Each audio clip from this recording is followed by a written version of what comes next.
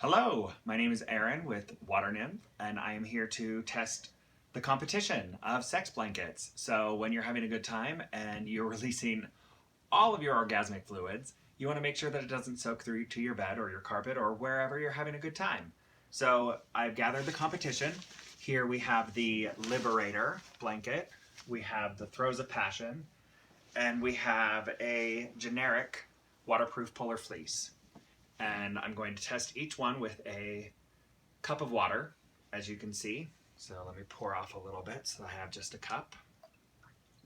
There we go, 1 cup. And we will start with the Liberator and see how it does. So generally, you're not going to spill all in one spot. Oh, look at that, it's just pooling on the surface. So this is the Liberator. It's all pooling on the surface. Okay. So that's not the best. I know I wouldn't want to deal with that. You're going to be laying in a puddle right there. Laying in a puddle, yep. And if you've got a gusher, you're in trouble. Oh yeah, it's going to go everywhere. It's going to go everywhere. It'll roll off. It's going to go on your bed. And look at that. It's just not going anywhere. It's just totally pooling on the surface. It's still not soaking in. So, okay, we're going to leave that one to just sit there and see if it does soak in eventually or if it's just going to stay on the surface, because that's pretty terrible. Okay, next let's test the Throes of Passion and see how that one does. So this one is, we can only find it in one color, so it's blue on one side and purple on the other. I think it looks kind of adolescent, like something you would put in a teenage girl's room, not so much for an adult woman or a man. But okay, let's give it a test. Oh, okay, well, it's pretty big pool.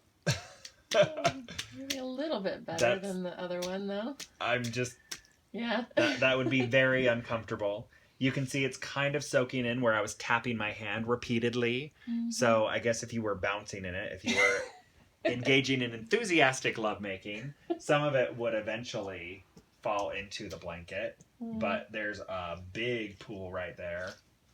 As you can see, I'm sloshing it around. Yeah, but it does seem to be soaking it up more. I mean, this one, look at that. It's still totally just completely pooled on the surface, almost like they waterproofed the surface of the blanket. Yeah. So far, it does not appear to be... Oh, wait. Did it soak through? Is it soaking through? Did it? It might have soaked through a little bit. So, that's not great. This one, ooh, very wet, but it's not soaking through. But it's wet on the other side? Oh, this side is very wet. Yeah. But it does not appear to be soaking through yet. We'll check that out. No absorbency, though. This one is starting to absorb, but it's very, very wet. On the surface. It feels like I dropped a towel into a pool. Yeah. And then that's what I'm dealing with. So it is actually soaking through, soaking in. Soaking in a little bit, yeah. But it's not soaking through. That's good. So that's good, but that would not be comfortable at all to be in. Nope. And as you can see, the Liberator is still pooling and running on the surface. Okay, let's test the generic. This is a generic, just waterproof polar fleece. Oh, so we should talk price. This one, how much was... not yet. Okay. Oh, you mean what these cost? Yeah, well, what did these cost? So this Throes of Passion was $100, and the Liberator was at $130. I think it was 100 something. 100 something? Yeah. Okay, so let's test the generic.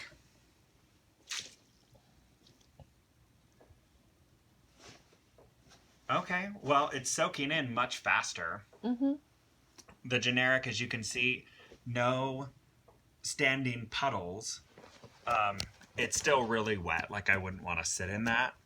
But it's soaked up by a multiple factor faster than either of the other blankets. Yeah. And no soak through. Mm-hmm. So yeah, I mean, I wouldn't want to sit in that. So you're still gonna be wet sitting on it. Yeah, so you'd either have to switch positions, or after the fun, you need to throw the blanket off and either have a second blanket underneath it, or just that's cuddle time in the sheets when you're done dripping. So that is the comparison of the... Yeah, I don't know. I tend not to move it until I'm like really finished with cuddle time and everything, and I'm ready to go clean up. So as you can see, go back for recap.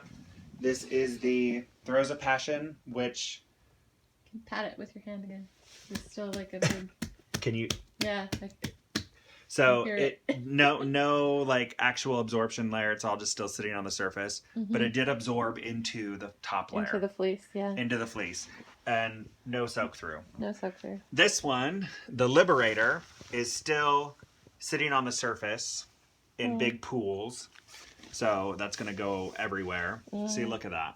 It's just sliding over the surface like the top is waterproof. Doesn't appear to be soaking through. But as you can see, as I'm moving it around, it's getting other things wet, and that would be some difficult cleanup. That would just fall off onto your bed. Yeah, that would just fall off onto your bed or on the floor, and that would be really terrible cleanup. Yeah. Unless you have a towel sitting by, in which case, why do you need the blanket? Yeah, why do you need the blanket? This one, the generic. Go ahead and pat that one. So the generic feels about the same as the Throes of Passion. It's still wet. I wouldn't want to sit in it.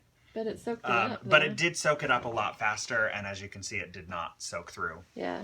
So out of that test, I would actually say that the generic wins. But the Throes of Passion came in second, and the Liberator in a far, far third. Yeah. Very surprising result. All right. Thank you. This is Aaron from Water Nymph, and hopefully we will have a product for you soon that will outpace the competition and the generic. Thank you.